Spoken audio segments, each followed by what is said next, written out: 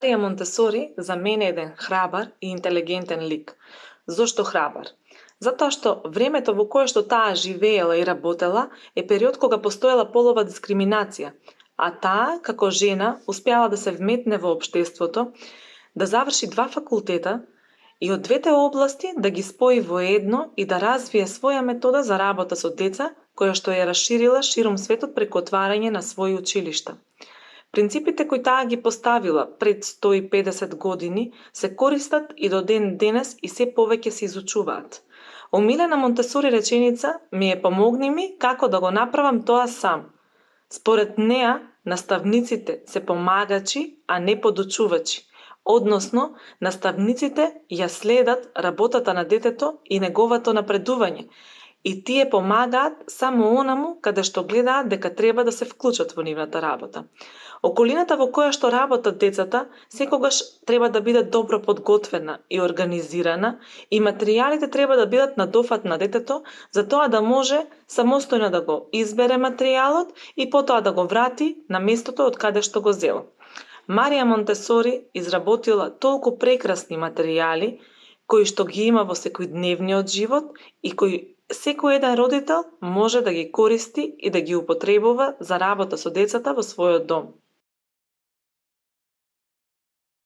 Според мене, Монтесори дете е едно слободно дете кое што слободно се движи во околината која е подготвена за работа, односно за учење. Од слободата која што ја има и водена од својот внатрешен инстинкт, тоа самостојно избира со кој материјал ќе работи, каде ќе работи, дали на маса, на под и слично, и со кого ќе работи. Тие се доста одговорни затоа што се научени на ред и дисциплина. Откако ќе ја завршат активноста со која што работеле, децата го зимаат материјалот со кој што работеле и го враќаат повторно на местото од каде што го зеле. Монтесори децата имаат голема самодоверба, затоа што тие учат по пат на обиди и грешки, односно учат од сопственото искуство.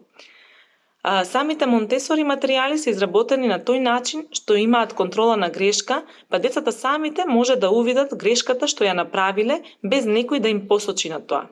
Тие не се критикувани од страна на наставниците и затоа самодовербата им е појака страна. Монтесори децата учат преку игра, преку перцепција, преку нивните сетила. Тие се предлабочуваат во учењето и затоа нивните знаења се трајни. Па јас мислам дека Монтесори треба да има во секој од нас, во секој родител, наставник, во секој педагог, психолог, односно во секој еден кој што е вклучен во работата со деца. Затоа што ние треба да ја наблюдуваме и да ја следиме работата на децата и со тоа да откриеме во која сензибилна фаза се наоѓа тоа дете, односно во кој период од својот развој се наоѓа.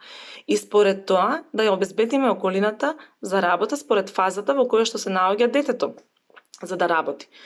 Доколку забележиме дека нашето дете сака да црта и креативно да се изразува, ние треба да им обезбедиме моливчиња, боички, листови и со самото тоа изразување, детето не само што ќе црта, туку тоа ќе ја вежба и моториката на раката, која што понатаму е основен елемент во пишувањето.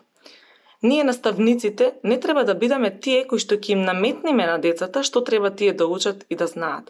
Туку тие треба да бидат нашата водилка, а ние да бидеме нивни следачи и поттикнувачи и да ја подготвиме една чиста и здрава околина за работа. Среќна сум што во Скопје постои Монтесори центар, каде што се запознав со принципите и работата на Марија Монтесори и тие ми дадоа една нова насока, нов правец на моето размислување во врска со воспитувањето и учењето на моите деца, како и на децата со кои што работам.